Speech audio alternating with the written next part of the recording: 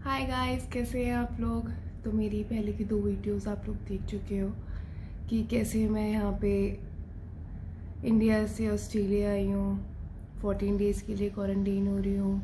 हमारा apartment hotel भी देख चुके हो आप लोग 14 डेज़ का। तो क्या रीज़न है मैं यहाँ क्यों आई हूँ, बहुत सारे लोग बहुत सारे क्वेश्चंस पूछ रहे हैं। तो मैं अब आप लोग उन क्वेश्चन का आंसर देने ही बैठी हूँ। क्या सो रही है, कोई डिस्टर्बेंस नहीं है। मैं 2 डेज़ से वेट कर रही थी कि ऐसा टाइम आए जब मैं आराम से आप लोगों को बता सकूँ कि क्या है और मैं कितनी डिफ़िकल्ट से फाइनली ऑस्ट्रेलिया आई हूँ आफ्टर अ ईयर। स्टार्टिंग से बताती हूँ। 2018 में हम लोगों ने डिसाइड करा कि हम लोग ऑस्ट्रेलिया शिफ्ट होंगे। राहुल, मैं और किया। राहुल ऑस्ट्रेलियन सिटीज़न है, ऑस्ट्रेलियन पीआर है, ऑस्ट्रेलियन पासपोर्ट है, जैसे भी समझ में आए। तो यहाँ पे ऑस्ट्रेलिया में 8 to 9 ईयर्स रह के गए थे, तो उन्होंने पीआर ले ली थी। तो अब हम लोगों के पास था कि ठीक है, 2019 के स्टार्टिंग में उन्होंने डिसाइड करा कि वी विल मूव। मैंने कहा ठीक है।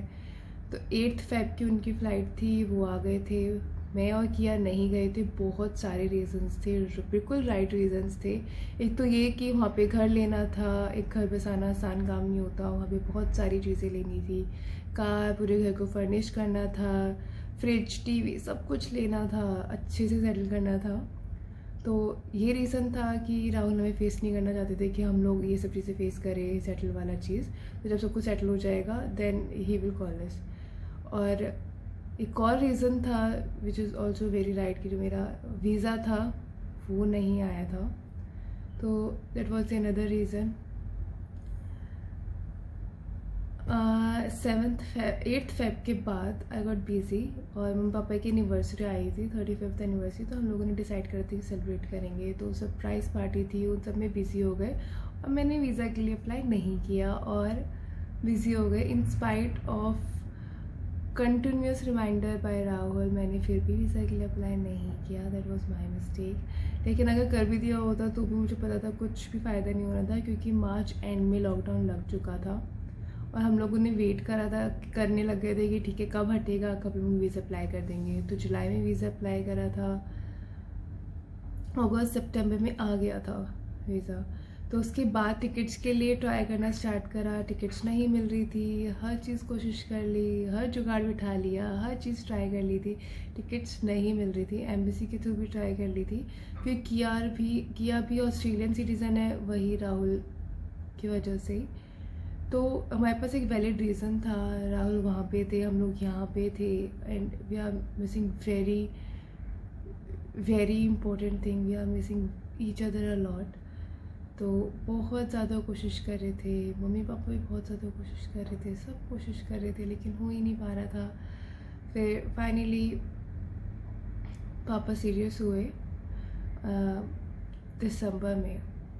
मैं बहुत सीरियसली बोला, पापा सोच रहे थे कि ये क्वारंटीन चीज़ हट जाए और ये वैक्सीनेशन स्टार्ट हो जाए कि हम लोग कंफर्टेबली जाएं, इतनी जल्दी क्या है, क्यों टेंशन ले रहे हो। लेकिन मम्मी के गुस्सा करने से कि आपको समझ नहीं आ रहा वो लड़की कितने टाइम से है, राहुल वहाँ पे है, इसके सारे त्योहार उसके बिना निकल रहे हैं। तो इतनी सारी चीज़ें समझाने के बाद फाइनली पापा को समझ में आया और हमें पता था कि पापा कोशिश करेंगे तो हो जाएगा। और पापा ने कोशिश करी और हो गया। 3rd ऑफ जैन को हमारी टिकट्स आ गई थी। 30th ऑफ जैन को मैं टिकट्स लेके आ गई थी। 3rd ऑफ जैन की मेरी फ़्लाइट थी। तो हमने सब कुछ पैक करा, मेरे पास वीज़ा था, किया को वीज़ा की ज़रूरत नहीं थी, सब कुछ पता था, बहुत अच्छे से सब कुछ हो रहा था, लेकिन हम लोग नहीं जा पाए, हम लोग नहीं गए। दैट वॉज वेरी डिसहार्टनिंग और हार्ट ब्रेकिंग थिंग, बट हमारी गलती थी। रीज़न क्या था कि हम लोगों को इमिग्रेशन पे रोक दिया, किया के पास एग्ज़िट परमिट नहीं था और मुझे इस चीज़ की बिल्कुल भी नॉलेज नहीं थी। जबकि मैं हर तरफ से सब कुछ चेक करके चल रही थी कि हाँ ठीक है, कोई ऐसी चीज़ तो नहीं है जो छूट रही है, जो जिसकी ज़रूरत पड़ सकती है। लेकिन ये एग्ज़िट परमिट मुझे कहीं से भी नहीं पता चला था कि किया को चाहिए होगा। ये एक लॉ है कि अगर child is born in India और उसके पास एक फ़ॉरेन पासपोर्ट है तो एक एग्ज़िट परमिट चाहिए होता है FRRO से। तो हमने सब कुछ ट्राई कर लिया, रात के 1:30 बज रहे थे, सब कोशिशों के बावजूद भी हम लोग नहीं गए क्योंकि सब ऑफिसर्स हो रहे थे, कोई एक्शन नहीं ले सकता था। हम लोग वापस घर आ गए। बहुत दुख हुआ। पहले तो सब रो रहे थे कि मैं जा रही हूँ, इतना ज़्यादा मिस करने वाले हैं। फिर उसके बाद सब रो रहे थे मैं नहीं गई, कि बहुत ही गलत है था कि मैं नहीं गई। तो अब ये हो गया। फिर उसके बाद दोबारा से एग्ज़िट परमिट मिल गया, विदिन 2 डेज़ हो गया था। फिर दोबारा कोशिश हुई, टिकट्स मिल जाए। ऑस्ट्रेलिया गवर्नमेंट बहुत स्ट्रिक्ट है कोविड की वजह से, तो वो इजीली एक तो कोई भी नॉर्मल एयरलाइंस नहीं चल रही है, सिर्फ एक एयर इंडिया की वंदे भारत मिशन के अंडर ये चल रही है फ्लाइट्स, और वो भी अब तो वंस इन अ वीक है। पहले 15 डेज़ थी, अब वंस इन अ वीक है, एवरी संडे जा रही है। और उसमें भी सिर्फ 25 पैसेंजर्स जा सकते हैं। वो 25 पैसेंजर्स, इतने सारे लोग हैं जो जाना चाहते हैं, अपनी फैमिली से मिलना चाहते हैं। तो बहुत सारी कोशिश चल रही थी सभी की, उनमें से मैं भी थी। तो फिर से मैंने बोला वापस से आप ही कुछ कर सकते हो, दोबारा कोशिश करो। तो बहुत डिफ़िकल्ट हो गया था सेकंड टाइम पे दोबारा से 2 टिकट्स मिलना, क्योंकि उन सबको यही था कि they are so many families जिनको एक बार भी चांस नहीं मिल रहा है। बट ठीक है, किसकी गलती थी किसकी नहीं थी, क्योंकि हमारे लिए हमारी टिकट्स के पैसे जाने जो वेरी एक्सपेंसिव, वो जाने और ऊपर से एक जाने का चांस खोना हमारे लिए बहुत डिफ़िकल्ट था। सारे बैग्स पैक करके जाना, फिर वापस एयरपोर्ट से घर आ जाना। तो फिर पापा वापस से ट्राई करते रहे और फाइनली मुझे टिकट्स मिली 7th of Feb की, एग्जैक्टली अ ईयर, हमें पूरा 1 साल हो गया। मैं मुझे ना राहुल से बोला करती थी, क्या लगता है मैं बर्थडे पे होंगे आपके पास, 23 जुलाई को होंगे आपके पास? हाँ आप आ जाओगे, फ्लाइट्स तो स्टार्ट हो गई, आ जाओगे। नहीं हुआ। फिर मुझसे था कि मैं करवा चौथ पे तो होंगी ना यार। मुझे बर्थडे से ज़्यादा करवा चौथ का था, क्योंकि करवा चौथ मेरे लिए बहुत इम्पॉर्टेंट चीज़ थी, और रही हमेशा, कि मम्मी की वजह से, सबकी वजह से, कि मेरा एक क्रेज़ रहता था। नहीं हुआ। उसके बाद मैं कहती थी यार आपके बर्थडे पे तो आ ही जाऊँगी। कहते हाँ। देखिए राहुल को होता था कि मैं डिसाइडेड ना हो जाऊँ, तो मुझे बोलते रहते थे हाँ आ जाओगे मेरे बर्थडे पे आ जाओगे। फिर बर्थडे पे भी नहीं हो पाया था, न्यू ईयर भी चला गया। तो I was missing him a lot. कि फाइनली हम लोगों को टिकट्स मिली और हम लोग कहाँ गए। मुझे था यार क्वारंटीन भी देख लेंगे, सब देख लेंगे, बाबा जी बस अब पहुँचा दो उनके पास, क्योंकि वो भी अकेले थे यहाँ पे, मैं भी बहुत ज़्यादा मिस कर रही थी। टचवुड, बहुत अच्छी फैमिली है, बहुत ज़्यादा प्यार है, सब कुछ है, लेकिन वो एक चीज़ जो मिसिंग थी ना, वो हर चीज़ को इनकम्प्लीट कर रही थी, हर अच्छी चीज़ को इनकम्प्लीट कर रही थी। तो फाइनली वी आर हियर। हाँ, मैं परमानेंटली शिफ्ट हो गई हूँ ऑस्ट्रेलिया में, मेलबर्न में। हम लोग सिडनी में हैं। सिडनी में 14 डेज़ का क्वारंटीन करने के बाद we will take flight to Melbourne में जाके फाइनली मैं राहुल से मिलूँगी। और अब मैं आपको एक छोटी सी क्लिप दिखाती हूँ, because on that day also I was making the video.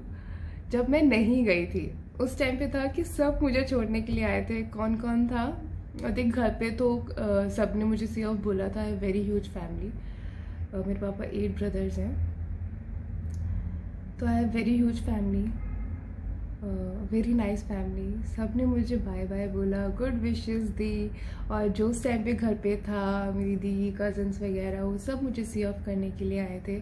फिर एयरपोर्ट पे भी थे मम्मी पापा, पारुल, पंकज, कन्नू, साहिब, जिया जी, अयान और बुआ जी भी थी उस टाइम पे। तो बुआ जी भी मुझे सी ऑफ करने के लिए गई थी। और बुआ जी ने एक फेयरवेल गिफ्ट भी दिया था किया को, हैंडमेड स्वेटर, जो मैंने इंस्टा पे अपडेट भी करा था। तो everything was going very nice. मैं बहुत रोना धोना भी हुआ था कि मैं जा रही हूँ। वहाँ से मम्मा पापा थे, शेख साहब से मम्मा पापा थे, और मासी हैं एक जिन्हें हम दी बोलते हैं, राधा दी थी, लक्की भैया थे, राधी के बेटे, तो ये सब हमें सी ऑफ करने के लिए आए थे। I was very touch, I was very emotional. फिर उसके बाद जब नहीं गए तो I was very upset and I thought कि मैं इतना ज़्यादा रोई कि बाबा जी ने मेरे को भेजा ही नहीं, ये क्या चक्कर हुआ है।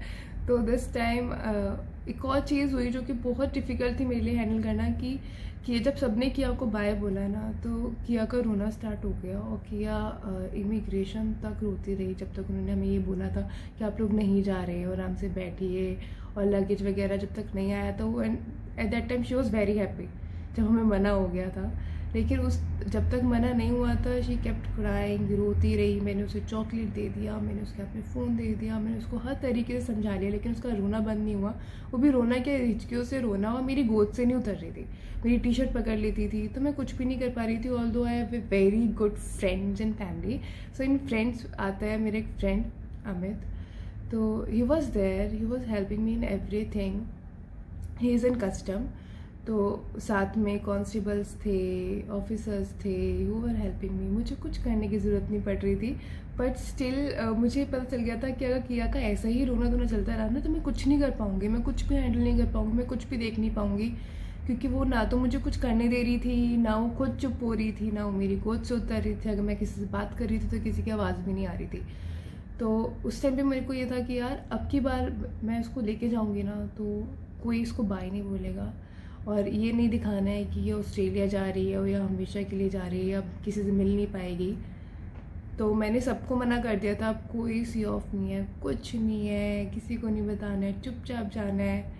तो कोई भी नहीं था। चाचा जी थे, मेरे चाचा जी थे, पंकज था जो मुझे सी ऑफ करने के लिए गया था, कन्नू जीजा जी थे जो मेरी लाख मना करने पे भी नहीं माने थे कि कन्नू को था नहीं मेरा मन नहीं मान रहा और मुझे आना है। तो कन्नू जिया जी थे। तो बस एयरपोर्ट पे अब की बार जो मुझे सी ऑफ करने के लिए आए थे बस यही लोग थे।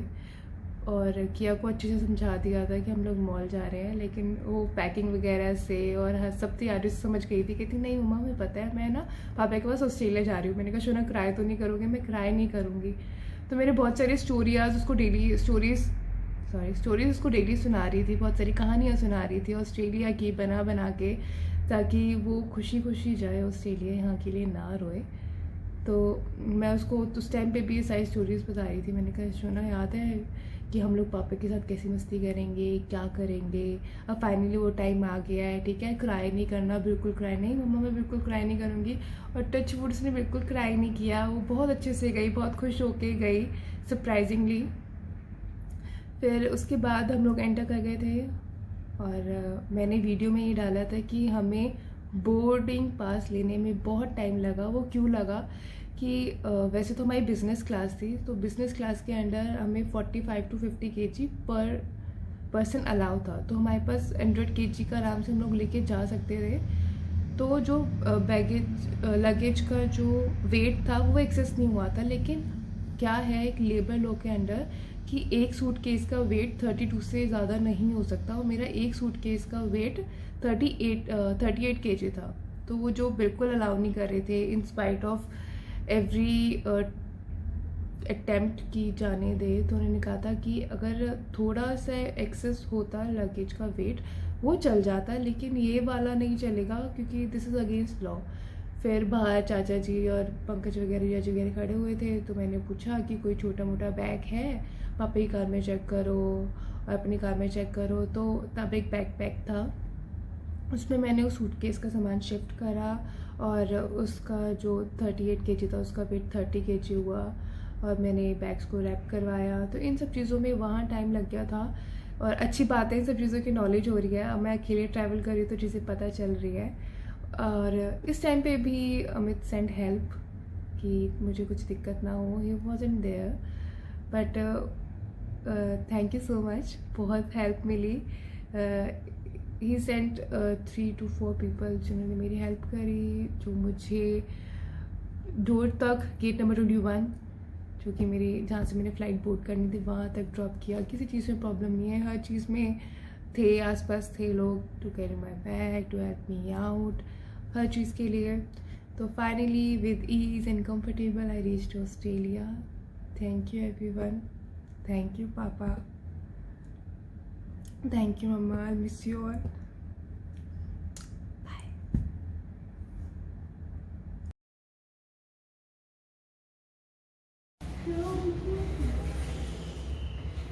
साहिब